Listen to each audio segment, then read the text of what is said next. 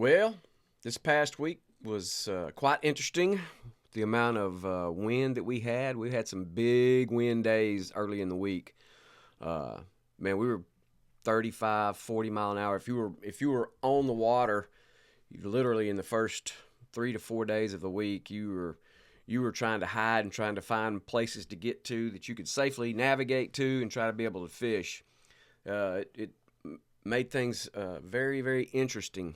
One of the areas up here, fishing on the outside just down from Mustang, we spent a little time on that. Then, of course, here in Sundown again, water levels had come back, so that was nice there. So when that happens, Sundown's one of the bays that does pretty well as far as recovering pretty easily as far as fish showing back up.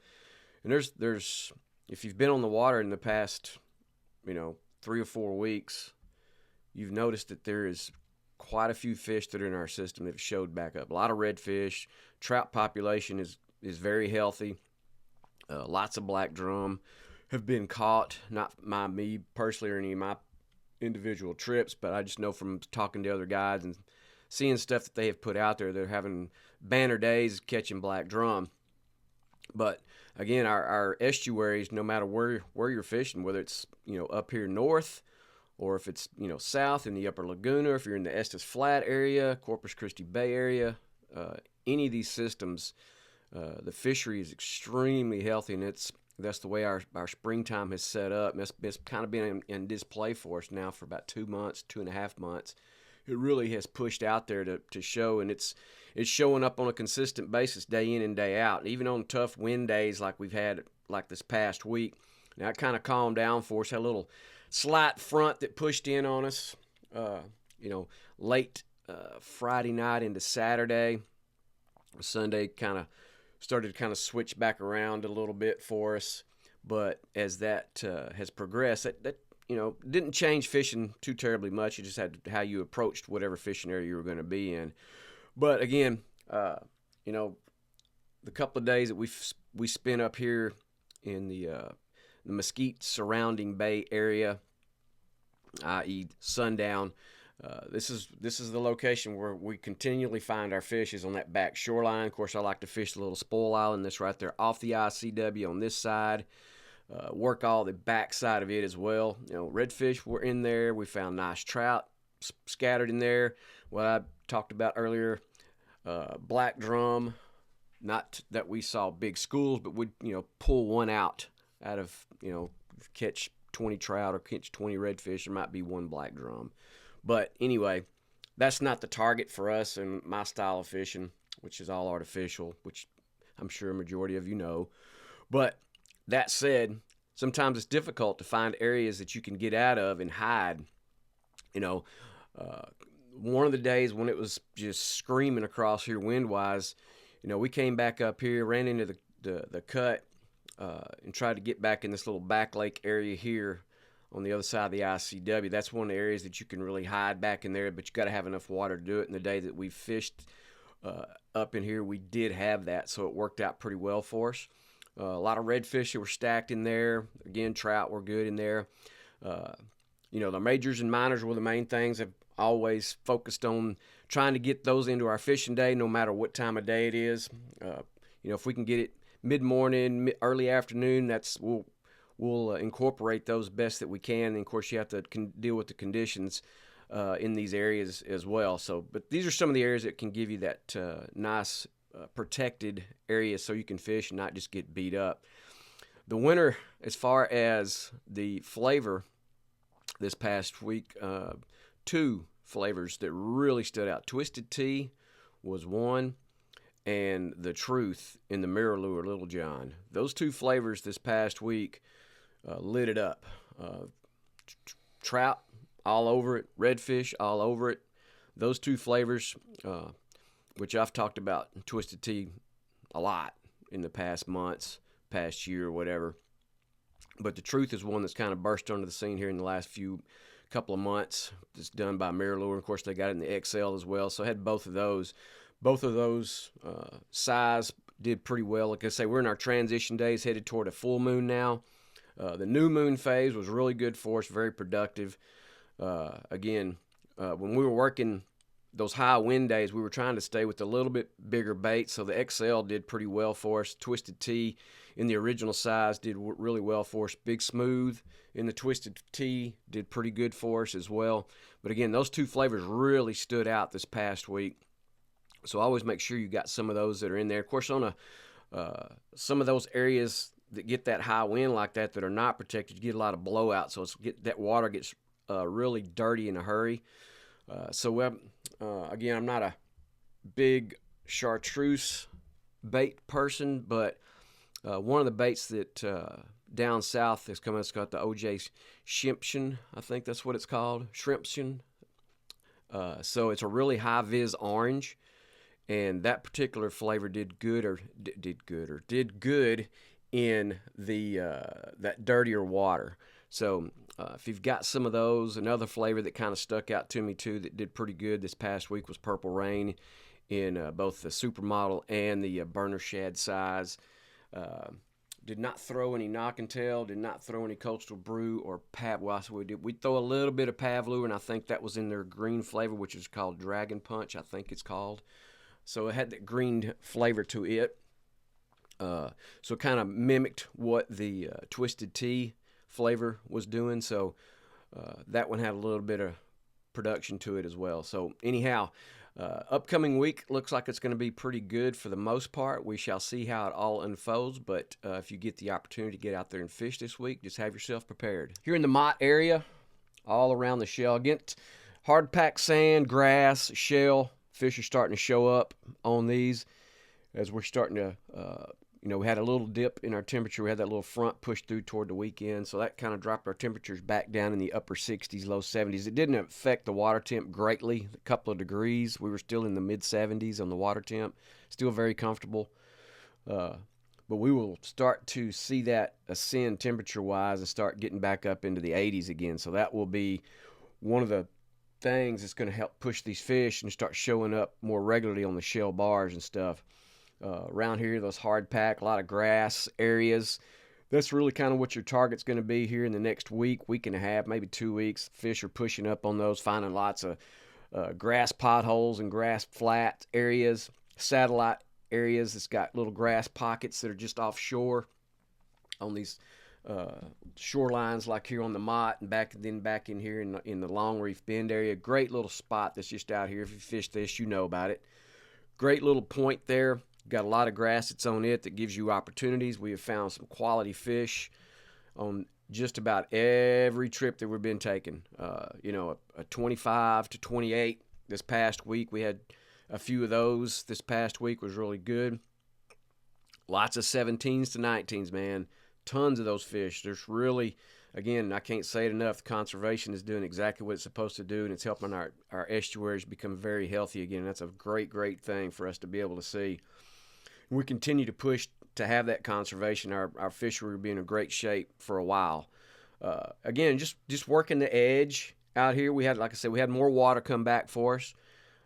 So we get up here on the inside here and work more to the shoreline, finding fish that were scattered out over the grassy areas, and that's where they're holding to. So if you can, no matter where you're fishing, if you're fishing up in here, if you're fishing south, the Estes area again. That's tons of grass flats that are in there, Mud Island area, Quarantine, all those areas it's got quite a bit of fish that are holding in those areas. Brown and Root Flats, another area too as well. Lots of opportunity in those areas. If you just get out of the boat and just start working these areas, again, in the down south flavor, it was, the Twisted Tea. Big Papa did pretty good. Purple Rain, White Ice, Bone Diamond.